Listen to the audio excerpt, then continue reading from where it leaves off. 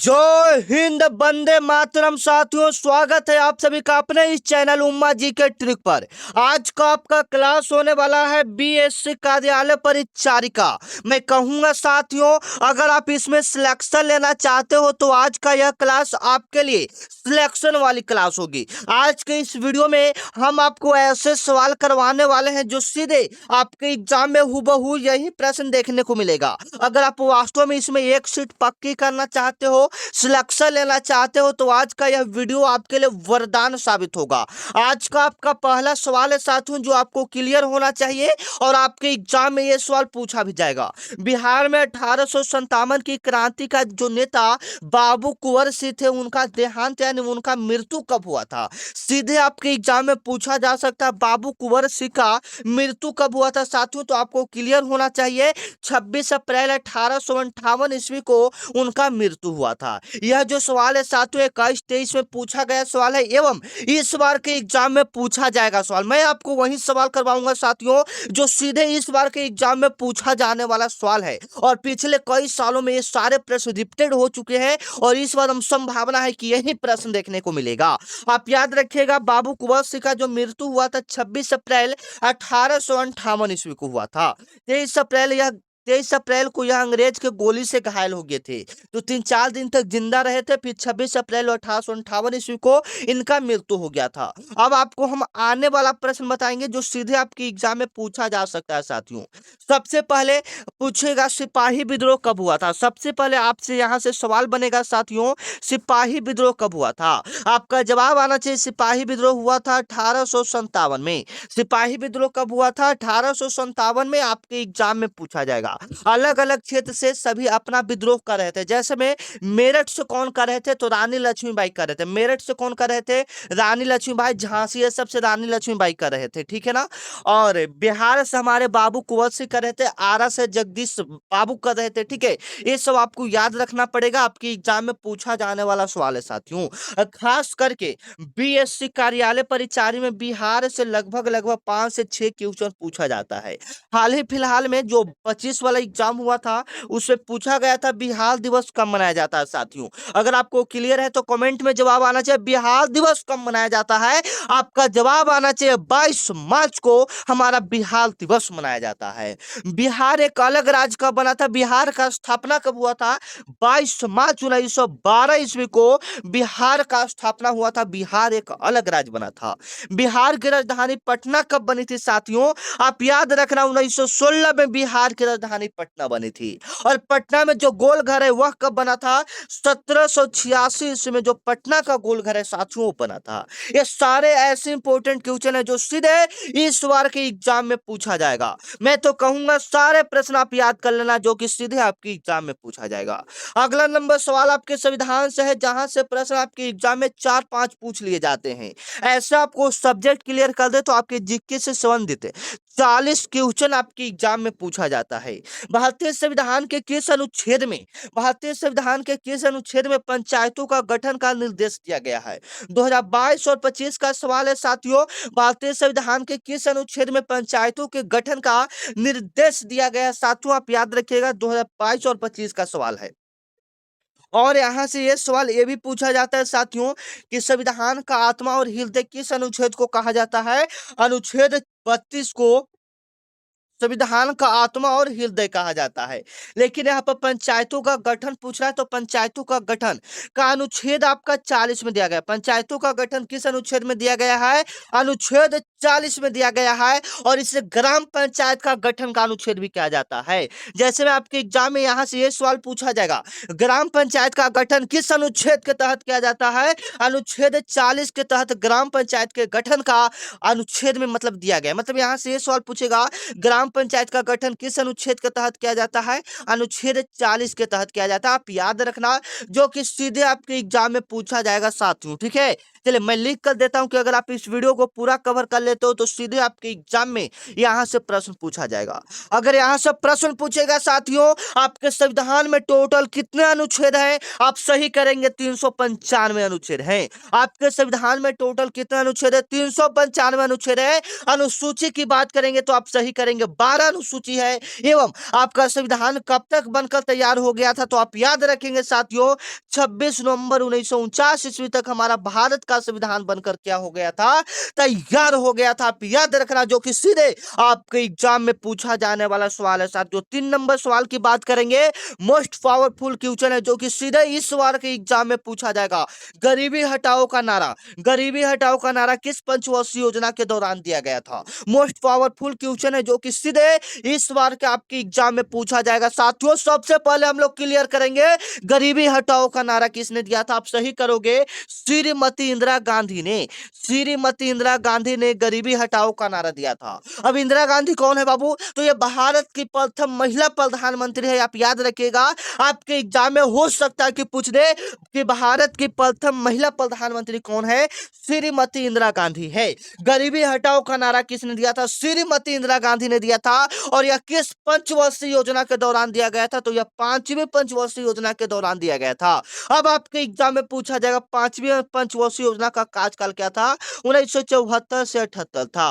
1974 से क्या था, 78 था। पंचवर्षीय योजना से संबंधित आपके एग्जाम में प्रश्न पूछा जाता है। जैसे में यहां से सवाल यह पूछा जाएगा प्रथम पंचवर्षीय योजना का कार्यकाल क्या था, जो 2025 का एग्जाम हुआ था साथियों, उसमें यह सवाल पूछा गया था कि प्रथम पंचवर्षीय योजना का कार्यकाल क्या था। आप सही करोगे साथियों 1951 से 56।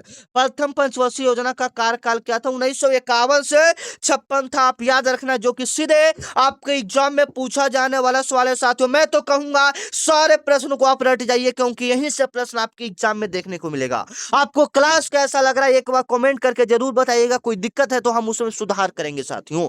आपको क्लास कैसा लग रहा है एक बार कमेंट में जरूर बताइएगा। अगला नंबर सवाल देखिएगा, मोस्ट पावरफुल 4 नंबर क्वेश्चन है, बिहार का कौन सा जिला सर्वाधिक साक्षरता वाला जिला यानी सबसे ज्यादा पढ़ा लिखा जिला है। 2022-2024 का सवाल है, जो कि सीधे आपके एग्जाम में पूछा जाएगा साथियों। तो 2011 के जनगणना के अनुसार रोहतास जिला सबसे 66 जिला है, पढ़ा लिखा जिला कौन सा है, रोहतास जिला है। आप याद रखना, जो कि सीधे आपके एग्जाम में पूछा जाएगा साथियों। और कितना परसेंट पढ़ा लिखा है, तो 73, लगभग में 73% हम लोग लेकर चलते हैं।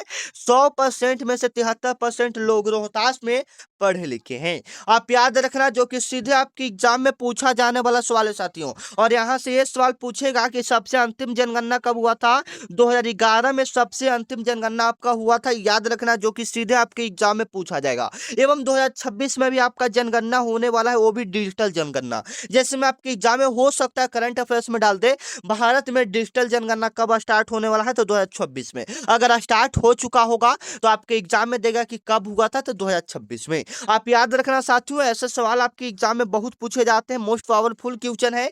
अब सौर मंडल वाला सवाल मैं आपको कई बार करवा चुका हूं, तो इसका जवाब आना चाहिए। एवं लास्ट में हम आपसे आपका स्कोर पूछेंगे, आपने कितना प्रश्न को सही किया साथियों। सोलर सिस्टम का लार्जेस्ट प्लेनेट कौन सा, सबसे बड़ा ग्रह कौन सा है सौरमंडल का, आपका जवाब आना चाहिए सर जुपिटर हो जाएगा, यानी बृहस्पति हो जाएगा। डी ऑप्शन इसका क्या हो जाएगा, बिल्कुल राइट हो जाएगा, जो सीधे आपके एग्जाम में पूछा जाने वाला सवाल है साथियों। और यहां से यह भी सवाल पूछा जाता है कि सबसे बड़ा ग्रह तो हो गया कि बृहस्पति है, अब सबसे बड़ा उपग्रह क्या है साथियों, इसका भी आप नाम याद करेंगे, गैनीमीड है। गैनीमीड है, जो कि आपके एग्जाम में पूछा जा सकता है। गैनीमीड सौरमंडल का सबसे बड़ा उपग्रह कौन सा साथियों, गैनीमीड है। याद रखिएगा क्या है, गैनीमीड है, जो कि सीधे आपके एग्जाम में पूछा जाएगा। सबसे बड़ा ग्रह पूछेगा बृहस्पति, सबसे उपग्रह पूछेगा गैनीमीड, आप याद रखिएगा। सौर मंडल का सबसे छोटा ग्रह कौन सा हो जाएगा, मरकरी हो जाएगा, यानी बुध हो जाएगा, आप याद रखना। सौर मंडल का सबसे बड़ा ग्रह बृहस्पति, छोटा ग्रह बुध, लाल ग्रह मंगल, नीला ग्रह पृथ्वी, ये सब आप याद रखेंगे। पृथ्वी का जुड़वा बहन किसे कहते हैं? सांझ का तारा, इवनिंग स्टार। सनशाइन स्टार किसको कहते हैं? शुक्र को कहते हैं, वेनस को कहते हैं। आप याद रखना, जो कि सीधे आपके एग्जाम में पूछे जाने वाले सवाल है साथियों। अगर अगला नंबर सवाल की अगर हम लोग बात करें तो देख सकते हैं एकदम मोस्ट पावरफुल क्वेश्चन है, जो कि सीधे आपके एग्जाम में पूछा जाएगा। चंपारण सत्याग्रह, सबसे पहले तो चंपारण सत्याग्रह को क्लियर कीजिए साथियों। चंपारण सत्याग्रह आपका हुआ था 1917 ईस्वी में। चंपारण सत्याग्रह आपका कब हुआ था? 1917 ईस्वी में। इसके दौरान महात्मा गांधी जी कौन शामिल थे? मतलब महात्मा गांधी जी के साथ और कौन शामिल थे? सबसे पहले साथियों, चंपारण सत्याग्रह 1917 में महात्मा गांधी जी के द्वारा भारत में किया गया पहला आंदोलन था। इसके साथ जो व्यक्ति थे उनका नाम था डॉक्टर राजेंद्र प्रसाद और अनुग्रह नारायण सिंह थे। ये दोनों इनके साथ शामिल थे। चंपारण सत्याग्रह में महात्मा गांधी जी के साथ कौन कौन व्यक्ति शामिल थे? एक मोस्ट पावरफुल क्वेश्चन है जो सीधे आपके एग्जाम में पूछा जाएगा। देख सकते हैं 2022 का सवाल है साथियों, जो कि सीधे इस बार के एग्जाम में पूछा जाएगा। डॉक्टर राजेंद्र प्रसाद और अनुग्रह नारायण सिंह। हम लास्ट में आपसे स्कोर पूछेंगे, आपने कितना प्रश्न को सही किया। और जो बच्चे नए हैं, चैनल को सब्सक्राइब नहीं किए, आप लोग चैनल को सब्सक्राइब कर लीजिएगा, क्योंकि यहाँ पर डेली आपको बीएससी कार्यालय परिचारिका क्लास होता है। जब तक आपका एग्जाम नहीं हो जाएगा साथियों, डेली हम आपको यहाँ पर मोस्ट पावरफुल क्लास देंगे, जो कि सीधे आपके एग्जाम में आएगा। और अगर आप और भी चीज की तैयारी करना चाहते हैं, जैसे में डीलेड हो गया, बिहार पुलिस हो गया, रेलवे ग्रुप डी हो गया, तो आप इस चैनल को सब्सक्राइब कर सकते हैं, ठीक है, क्योंकि यहाँ पर बेहतरीन तैयारी सभी चीजों की करवाई जाती है। ठीक है, आगे आइए। भारत में राष्ट्रीय आय का आकलन, आकलन सबसे पहले किसने किया था? 2023 और 25 का सवाल है, मोस्ट पावरफुल क्वेश्चन है। भारत में राष्ट्रीय आय का आकलन सबसे पहले किसने किया था साथियों? आप याद रखना, दादा भाई नौरोजी ने किया था। बी ऑप्शन आपका क्या हो जाएगा? बिल्कुल राइट हो जाएगा, जो सीधे आपके एग्जाम में पूछा जाने वाला सवाल है साथियों।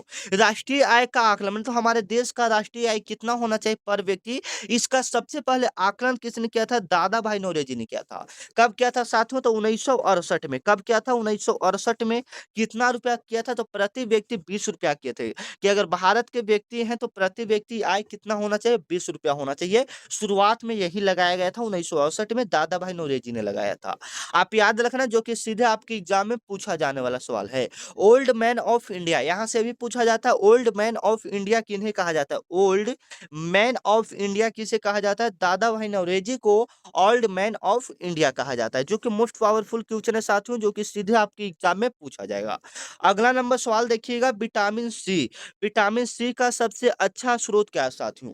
मोस्ट पावरफुल क्वेश्चन है कि विटामिन सी सबसे अच्छा स्रोत क्या है, कहां से विटामिन सी आपको सबसे ज्यादा मिल सकता है? तो आप बताइएगा। खट्टे पदार्थ में विटामिन सी की मात्रा सबसे अधिक होती है साथियों। तो यहाँ पर खट्टा पदार्थ आपका कौन दिख रहा है? देखिए ऑप्शन में खट्टा पदार्थ कौन सा हो जाएगा? संतरा है, लेकिन उससे भी ज्यादा कौन सा हो जाएगा? आपका आंवला हो जाएगा।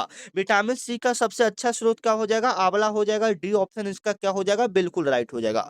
अगर इस क्लास का आप पीडीएफ चाहते हैं तो आपको टेलीग्राम में इसका पीडीएफ डाल दिया जाएगा साथियों, डिस्क्रिप्शन में आपका लिंक दिया है, आप वहां से जाकर इसका पीडीएफ ले सकते हैं। अगर लास्ट तक क्लास देखते हैं तो आपको बीच में हम व्हाट्सएप ग्रुप में जुड़ने का अपना नंबर देंगे, कैसे जुड़ना है वो भी बता देंगे, ठीक है। अगर लास्ट तक देखते हैं, अगर नहीं पीडीएफ चाहिए तो आप टेलीग्राम ग्रुप को ज्वाइन कर सकते हैं, ठीक है ना। चलिए, विटामिन सी का रासायनिक नाम अब पूछता है आपके एग्जाम में, तो आप याद रखना, विटामिन सी का रासायनिक नाम एस्कॉर्बिक एसिड है। एस्कॉर्बिक एस्कॉर्बिक एसिड है। विटामिन सी का रासायनिक नाम क्या होता है साथियों? एस्कॉर्बिक एसिड होता है। आप याद रखना, जो कि सीधे आपके एग्जाम में पूछा जाने वाला सवाल है साथियों। चलिए, अगला नंबर सवाल को देखिएगा, आपके लिए मोस्ट पावरफुल क्वेश्चन है, आपका जवाब आना चाहिए। उससे पहले जो बच्चे मेरे व्हाट्सएप ग्रुप को ज्वाइन नहीं किए, टेलीग्राम में जुड़ जाइए, वहां पर पीडीएफ सब मिल जाएगा।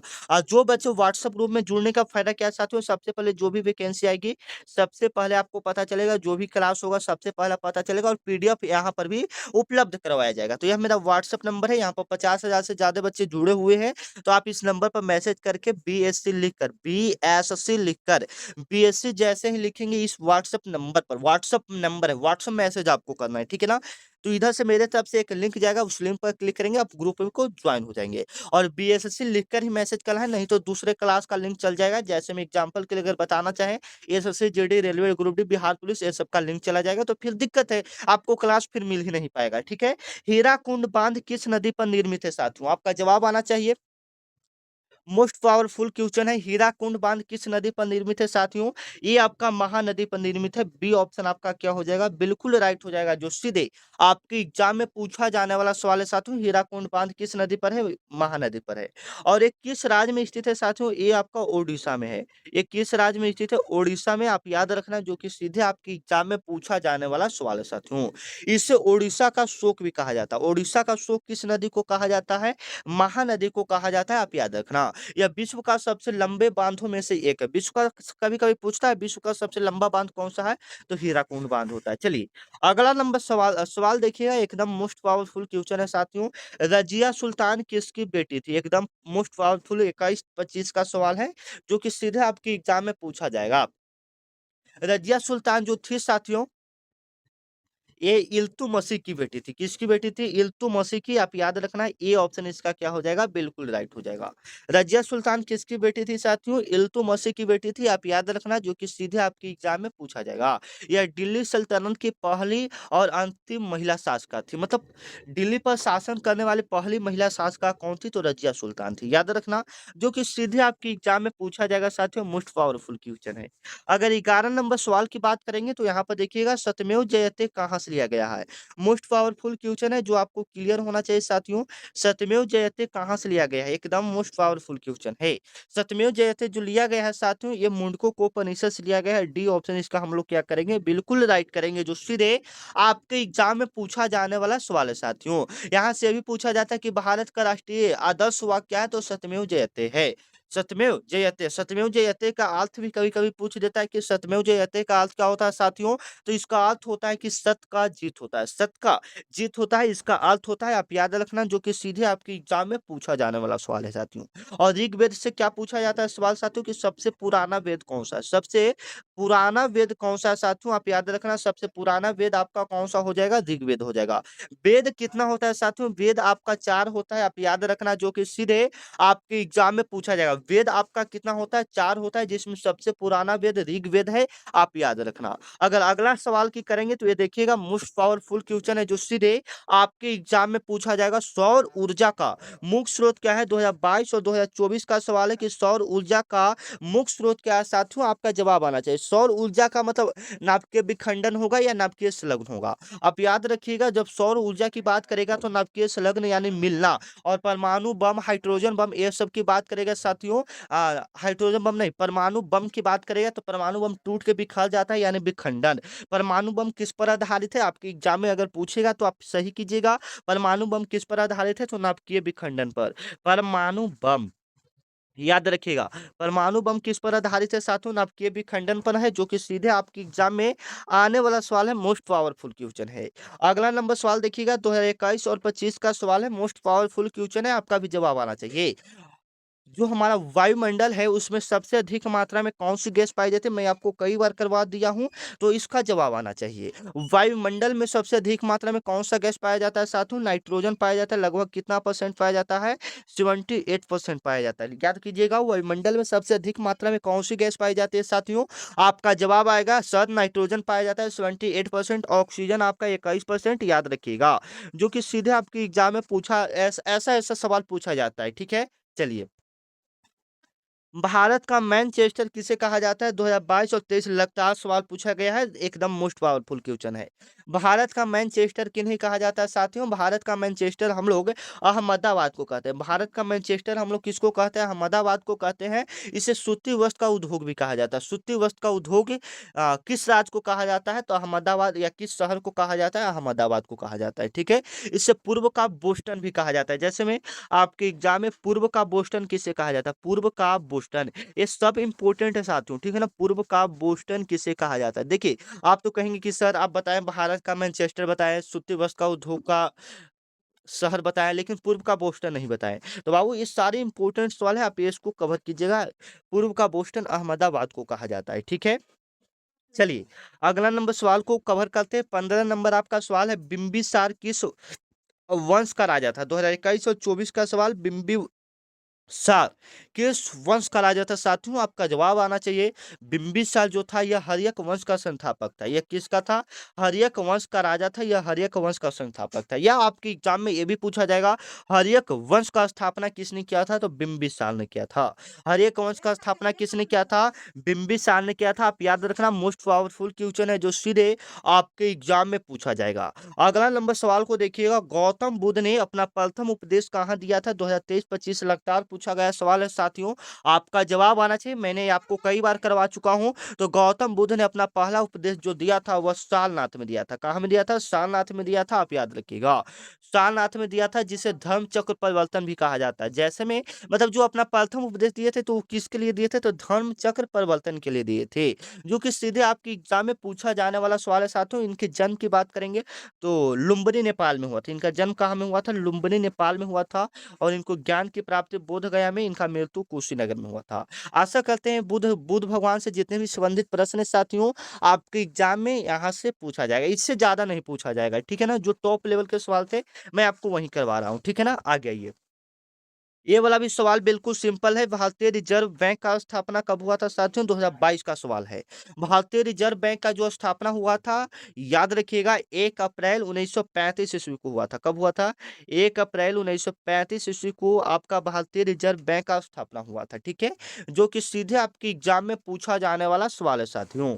अगर अगला नंबर सवाल की बात करेंगे, 18 नंबर सवाल को देखिएगा, मोस्ट पावरफुल क्वेश्चन है। आगा खान कप आगा खान कप किस खेल से संबंधित है? 2021 और 24 का सवाल है। आगा खान कप किस खेल से संबंधित है? 2021 और 24 का सवाल है साथियों। मोस्ट पावरफुल क्वेश्चन है। तो यह आपका हॉकी से संबंधित है। यह आपका किससे संबंधित है? हॉकी से। और ऐसा एक सवाल आपके एग्जाम में पूछा जाता है। पिछले साल आपके एग्जाम में पूछा गया था खेल दिवस कब मनाया जाता है? तो आपने सही किया था सर, 29 अगस्त को हमारा खेल दिवस मनाया जाता है। 29 अगस्त को हमारा क्या मनाया जाता है? खेल दिवस मनाया जाता है। आप याद रखना, मोस्ट पावरफुल क्वेश्चन है। अगर अगला नंबर सवाल की बात करेंगे साथियों तो आप यहाँ पर देखिएगा, एकदम वेरी वेरी इंपॉर्टेंट सवाल है। पंचतंत्र के लेखक कौन है? पंचतंत्र के लेखक कौन है? 2022 और 25 का सवाल है। पंचतंत्र के लेखक कौन है? आपका जवाब आना चाहिए विष्णु शर्मा है। पंचतंत्र के लेखक कौन हो जाएंगे? विष्णु शर्मा हो जाएंगे। बी ऑप्शन इसका ऑलरेडी आपका बिल्कुल सही हो जाएगा। यहाँ से क्या हो जाएगा साथियों, ये पंचतंत्र जो है ये पशु पक्षियों की कहानियों का इसमें संग्रह किया गया और इसका रचना जो किया गया था गुप्त काल में किया गया था। जैसे में आपके एग्जाम में पूछा जाएगा साथियों, पंचतंत्र का रचना कब किया गया था? तो गुप्त काल में किया गया था। किसने किया था? विष्णु शर्मा ने किया था। यह किसके लिए किया गया था? तो पशु पक्षियों की कहानियों जो होता है उसको संग्रह करने के लिए पंचतंत्र बनाया गया था। ठीक है, चलिए अगला नंबर सवाल को देखिएगा, मोस्ट पावरफुल क्वेश्चन है। बिहार के फर्स्ट चीफ मिनिस्टर कौन सा है? बिहार का फर्स्ट चीफ मिनिस्टर कौन सा है साथियों? आप सभी को क्लियर होना चाहिए, श्री कृष्ण जी, डॉक्टर श्री कृष्ण जी। इनको बिहार केसरी के नाम से जाना जाता है साथियों। इनको बिहार केसरी के नाम से जाना जाता है, याद रखिएगा। इनको किसके नाम से जाना जाता है? बिहार केसरी के नाम से जाना जाता है, जो कि सीधे आपके एग्जाम में पूछा जाने वाला सवाल है कि बिहार के प्रथम मुख्यमंत्री कौन है? तो डॉक्टर श्री कृष्ण, इनको बिहार केसरी या श्री बाबू के नाम से जाना जाता है, जो कि सीधे आपके एग्जाम में पूछा जाएगा। और ये पूछेगा कि बिहार के प्रथम मुख्यमंत्री का कार्यकाल कब से कब तक रहा साथियों? तो आप ये भी याद रखिएगा, 1946 से 1961। या यहाँ से भी पूछेगा कि बिहार के प्रथम मुख्यमंत्री कब बना था? तो 1946 में। ठीक है, याद रखिएगा। ये सारे मोस्ट पावरफुल क्वेश्चन है जो सीधे आपके एग्जाम में आने की संभावना है साथियों, और इस बार पूछा भी जाएगा। अगला नंबर सवाल है कि विश्व का सबसे छोटा देश कौन सा है? आपको क्लियर होना चाहिए, मोस्ट पावरफुल क्वेश्चन है साथियों। विश्व का सबसे छोटा देश कौन सा है? आपका जवाब आना चाहिए, विश्व का सबसे छोटा देश वेटिकन सिटी है। बिल्कुल राइट आंसर आपका आ रहा है, वेटिकन सिटी। क्षेत्रफल और जनसंख्या की दृष्टि से दोनों से सबसे छोटा देश है। मतलब एक वो क्षेत्रफल की दृष्टि से भी है, जनसंख्या की दृष्टि से है, मतलब दोनों से यह क्या है? छोटा देश है। अगला नंबर सवाल की बात करेंगे साथियों, देखिएगा, अगर यहाँ से ये पूछेगा क्षेत्रफल की दृष्टि से, क्षेत्रफल की दृष्टि से भारत विश्व का सबसे बड़ा देश कौन सा है? तो वो रूस हो जाएगा। क्षेत्रफल की दृष्टि से यानी जगह के हिसाब से सबसे बड़ा रूस हो जाएगा। जनसंख्या के हिसाब से ऐसे चीन आता था, लेकिन अभी जो जनसंख्या होगा साथियों उसके हिसाब से भारत, पिछले लॉकडाउन में भारत सबसे आगे आ गया था जनसंख्या के मामले में। तो अभी भारत ही हमारा चल रहा है, तो इसमें कोई टेंशन की बात नहीं है। चलिए अगला नंबर सवाल है, 22 नंबर आपका सवाल है, जो कि मोस्ट पावरफुल क्वेश्चन है। आपको कई बार बता चुके हैं कि ओजोन परत जो पाई जाती है वह किस मंडल में पाई जाती है? तो यह पाया जाता है समताप मंडल में। ये किस मंडल में पाए जाते हैं? समताप मंडल में, जो कि अल्ट्रावायलेट जो किरण होता है उससे हमारी क्या करती है? रक्षा करती है। जो भी हानिकारक परावैंगनी किरण होती है साथियों, उससे क्या करती है? रक्षा करती है। अगला नंबर सवाल को देखिएगा, मोस्ट पावरफुल क्वेश्चन है। पानीपत का प्रथम युद्ध कब हुआ था साथियों? 2023 का सवाल है। पानीपत का प्रथम युद्ध कब हुआ था? 1526 ईस्वी में हुआ था। कब हुआ था? 1526 ईस्वी में। अगर पूरी डेट की बात करें साथियों, तो 21 अप्रैल 1526 ईस्वी को, 21 अप्रैल 1526 ईस्वी को आपका पानीपत का प्रथम युद्ध हुआ था। पानीपत का प्रथम युद्ध 21 अप्रैल 1526 ईस्वी को हुआ था। बाबर और इब्राहिम लोदी के बीच हुआ था, आप याद रखना। पानीपत का प्रथम युद्ध किसके किसके बीच हुआ था? बाबर और इब्राहिम लोदी के बीच हुआ था, जो कि सीधे आपकी एग्जाम में पूछा जाएगा। अगर अगला नंबर सवाल की बात करेंगे साथियों, 2021 और 25 का सवाल है, मनुष्य के शरीर में कुल कितनी हड्डियां होती है? आपका जवाब आना चाहिए, मनुष्य के शरीर में टोटल कितनी हड्डियां हैं साथियों? 206 है। मनुष्य के शरीर में टोटल कितनी हड्डियां हैं? 206 हैं। मनुष्य के शरीर में टोटल कितनी हड्डियां? आप सभी को भी पता होगा, 206 हड्डियां हैं। अगला नंबर सवाल की बात करेंगे साथियों, देखिएगा एकदम मोस्ट पावरफुल क्वेश्चन है। डिस्कवरी ऑफ इंडिया पुस्तक किसने लिखा था साथियों? आप सभी को पता होना चाहिए। डिस्कवरी ऑफ इंडिया पुस्तक किसने लिखा था साथियों? ये आपका जवाहरलाल नेहरू ने लिखा था। पंडित जवाहरलाल नेहरू ने लिखा था। सी ऑप्शन क्या करेंगे? बिल्कुल राइट करेंगे। कब लिखे थे? तो 1944 में। कब लिखे थे साथियों? 1944 में। आप याद रखना, मोस्ट पावरफुल क्वेश्चन है। और यह कब लिखा गया था? जब पंडित जवाहरलाल नेहरू अहमदनगर किले के जेल में थे, तो उसमें यह लिखे थे। ठीक है ना? चलिए, अगला नंबर सवाल है साथियों, कथकली किस राज्य का शास्त्रीय नृत्य है? कई बार आपको करवा चुके हैं, मोस्ट पावरफुल क्वेश्चन है। कथकली है जो साथियों, यह केरल का शास्त्रीय नृत्य है। कथकली किस राज्य का शास्त्रीय नृत्य है? यह आपका केरल का है। आप याद रखना, मोस्ट पावरफुल क्वेश्चन है। ठीक है ना? कथकली किस राज्य का शास्त्रीय नृत्य है? यह आपका केरल का है। बी ऑप्शन इसका क्या हो जाएगा? बिल्कुल राइट हो जाएगा। अगला नंबर सवाल की बात करेंगे साथियों, देखिएगा। भारत का सबसे ऊंचा जलप्रपात कौन सा? 2022 और 25 का सवाल है। तो यह आपका हो जाएगा जोग जलप्रपात। जोग जलप्रपात भारत का सबसे ऊंचा जलप्रपात है साथियों। यह कहाँ में स्थित है? यह किस राज्य में स्थित है? तो यह कर्नाटक में स्थित है। यह कहाँ में स्थित है? कर्नाटक में। और किस नदी पर स्थित है साथियों? तो यह शरावती नदी पर स्थित है। यहाँ से भी पूछा जाएगा, जोग जलप्रपात किस राज्य में है या किस नदी पर है? तो दोनों याद कीजिएगा, यह कर्नाटक में शरावती नदी पर स्थित है। अभी फिलहाल में भारत का सबसे ऊंचा जलप्रपात कुंची कल जलप्रपात है। अभी वर्तमान में पूछेगा, ऐसे तो आपको ऑप्शन में यही रहेगा। आपके एग्जाम में भी अगर ये वाला प्रश्न आता है, तो जोग जलप्रपात ही सही करना। ठीक है? ऐसे अभी वर्तमान के लिए आपको करंट अफेयर्स के लिए करवा दे रहे हैं। कुंची कल जलप्रपात अभी भारत का सबसे ऊंचा जलप्रपात है साथियों। ठीक है ना? चलिए। अगला नंबर सवाल है कि लोकसभा के सदस्य बनने के लिए न्यूनतम आयु क्या है साथियों? 2023 का सवाल है।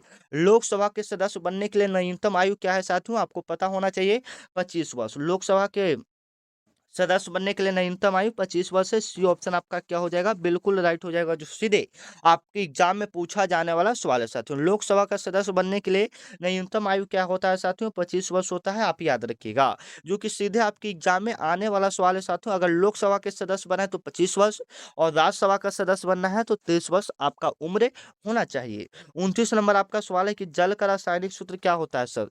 2021 और 24 का सवाल है, जल का रासायनिक सूत्र क्या होता है? आप सही करोगे, H2O सही करेंगे। आपके ऑप्शन में इसी तरह से रहेंगे। यहाँ पर हालांकि ऐसे हो गया, कोई दिक्कत की बात नहीं है। अगला नंबर सवाल की बात करेंगे, प्रसिद्ध प्रसिद्ध जो गिर वन है साथियों, जो प्रसिद्ध गिर वन है वह कहाँ में स्थित है? आप सही करोगे साथियों, ये गुजरात में स्थित है। ये कहाँ में स्थित है? गुजरात में। सी ऑप्शन इसका क्या हो जाएगा? बिल्कुल राइट हो जाएगा, जो सीधे आपकी एग्जाम में पूछा जाने वाला सवाल है साथियों। प्रसिद्ध गिर वन कहाँ में स्थित है? गुजरात में स्थित है। और यह किसके लिए प्रसिद्ध है? एशियाई शेर के लिए प्रसिद्ध है। आप याद रखना, प्रसिद्ध गिर वन जो है वह किसके लिए प्रसिद्ध है साथियों? यह एशियाई शेरों के लिए प्रसिद्ध है। ठीक है? मोस्ट पावरफुल क्वेश्चन है। 31 नंबर अगर सवाल की बात करेंगे साथियों, साथियों नोबेल पुरस्कार पाने वाले प्रथम भारतीय कौन थे? नोबेल पुरस्कार पाने वाले प्रथम भारतीय कौन थे साथियों? तो उनका नाम था, सबसे पहले जो नोबेल पुरस्कार व्यक्ति में मिला था वो रविन्द्रनाथ टैगोर। अगर महिला की बात करें तो मदर टेरेसा को सबसे पहले महिला में मिली थी। अगर ऐसे बात करें प्रथम भारतीय की तो रविन्द्रनाथ टैगोर को मिला था, आप याद रखेंगे। कब मिला था साथियों? तो 1913 में मिला था। किस लिए मिला था? तो इनका एक साहित्य था। साहित्य मतलब एक तरफ से समझिए किताब इनका था गीतांजलि। गीतांजलि नाम का इनका किताब था। उन्हीं के रचना पर इनको नोबेल पुरस्कार दिया गया था 1913 में। आप याद रखना, मोस्ट पावरफुल क्वेश्चन है साथियों। कंप्यूटर का जनक इन्हें कहा जाता है। आप सभी को पता होगा साथियों, चार्ल्स बेबेज को कंप्यूटर का जनक कहा जाता है। मोस्ट पावरफुल क्वेश्चन है। 19वीं शताब्दी में एनालिटिकल इंजन का आविष्कार करने के कारण इन्हें कंप्यूटर का जनक भी माना जाता है। ठीक है, चलिए अगला नंबर सवाल को देखते हैं। 33 नंबर, बिहार का राजकीय पक्षी क्या है? जवाब आना चाहिए कमेंट में। अगला नंबर सवाल साथियों मोस्ट पावरफुल क्वेश्चन है नेशनल पार्क यानी राष्ट्रीय उद्यान से। काजीरंगा राष्ट्रीय उद्यान किसके लिए प्रसिद्ध है? आप सभी को पता होना चाहिए। काजीरंगा सबसे पहले तो यह असम में स्थित है। कहाँ में स्थित है साथियों? असम में स्थित है। और यह किसके लिए प्रसिद्ध है? यह एक सिंग वाले गैंडा के लिए तो बहुत फेमस है काजीरंगा राष्ट्रीय उद्यान। अगला नंबर सवाल की बात करेंगे, भाखड़ा नागल परियोजना। भाखड़ा नागल परियोजना किस नदी पर है साथियों? मोस्ट पावरफुल क्वेश्चन है। भाखड़ा नागल परियोजना जो है साथियों यह सतलुज नदी पर है। बी ऑप्शन आपका क्या हो जाएगा? बिल्कुल राइट हो जाएगा, जो सीधे आपके एग्जाम में पूछा जाने वाला सवाल है साथियों। ये कहाँ पर स्थित है? तो यह हिमाचल प्रदेश और पंजाब की सीमा पर स्थित है। ठीक है ना? चलिए, रक्त का थक्का जमने के लिए कौन सा विटामिन सहायक होता है? कई बार बता चुके हैं, विटामिन के। अगला नंबर सवाल को देखेंगे, भारत की पहली महिला राज्यपाल कौन थी? भारत की पहली महिला राज्यपाल कौन थी साथियों? आपका जवाब आना चाहिए सरोजिनी नायडू। नायडू कौन थी? सरोजिनी नायडू आपका क्या थे? भारत की प्रथम महिला राज्यपाल थी। भारत की प्रथम महिला राज्यपाल सरोजिनी नायडू। इसे भारत का कोकिला भी कहा जाता है। भारत कोकिला किन्हें कहा जाता है? सरोजिनी नायडू को भारत कोकिला कहा जाता है। एवं यह उत्तर प्रदेश की सबसे पहली महिला राज्यपाल बनी थी साथियों। अगर 38 नंबर सवाल की बात करेंगे तो यहाँ पर देखिएगा, क्षेत्रफल की दृष्टि से भारत का सबसे बड़ा राज्य कौन सा है? 2021 और 24 का सवाल है कि क्षेत्रफल की दृष्टि से भारत का सबसे बड़ा राज्य कौन सा साथियों? आपका जवाब आना चाहिए राजस्थान। राजस्थान क्षेत्रफल की दृष्टि से भारत का सबसे बड़ा राज्य है साथियों, जो कि सीधे आपके एग्जाम में पूछा जाएगा। 39 नंबर आपका सवाल है, इंकलाब जिंदाबाद का नारा किसने दिया था? इंकलाब जिंदाबाद का नारा किसने दिया था साथियों? आप याद रखना, भगत सिंह ने दिया था। इंकलाब जिंदाबाद का नारा किसने दिया था? भगत सिंह ने दिया था। इंकलाब जिंदाबाद का नारा किसने दिया था? भगत सिंह ने दिया था, जो कि सीधे आपके एग्जाम में पूछा जाएगा साथियों। चलिए 40 नंबर सवाल है, भारत छोड़ो आंदोलन कब शुरू हुआ था? मोस्ट पावरफुल क्वेश्चन है। भारत छोड़ो आंदोलन कब शुरू हुआ था? तो 8 अगस्त 1942 ईस्वी को आपका भारत छोड़ो आंदोलन हुआ था। आप याद रखना, भारत छोड़ो आंदोलन कब हुआ था? 8 अगस्त 1942 ईस्वी को महात्मा गांधी जी के द्वारा किया गया था। और इसमें महात्मा गांधी जी ने करो या मरो का नारा दिया था। अब अपना स्कोर बताइएगा साथियों, 40 में से कितना प्रश्न आपका सही हुआ, लास्ट में हम आपसे पूछना चाहते हैं। ठीक है, और आपको क्लास कैसा लगा ये भी जरूर बताइएगा। साथ में जाते जाते अपने दोस्तों के पास, हो सके किसी के पास शेयर कर दीजिए, ताकि आपका एक शेयर किसी का भविष्य बना सकता है। ठीक है ना? चलिए मिलते हैं नेक्स्ट वीडियो में, तब तक के लिए जय हिंद, वंदे मातरम।